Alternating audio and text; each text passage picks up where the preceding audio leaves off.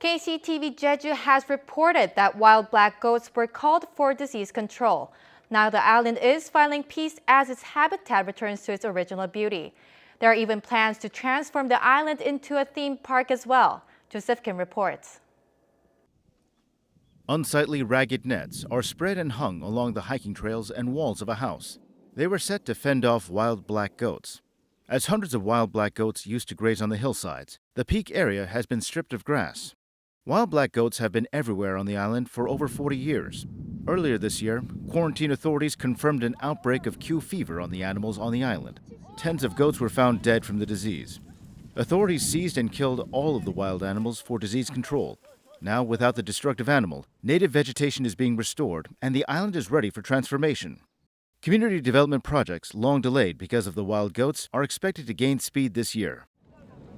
The island has been chosen as one of the beneficiaries of New Deal projects for fishing villages by the Ministry of Ocean and Fisheries. 6.4 billion won will be poured into the island by next year for creating a theme park.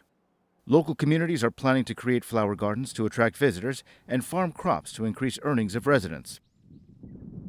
Abandoned nets and fences are being removed, and hiking trails are also undergoing renovation for visitors. The nation's only salt marsh, Palangmot, in which water is stagnant and dirty, will also be streamlined. The planned projects at last become realistic, as there are no more wild goats ravaging the ecosystem.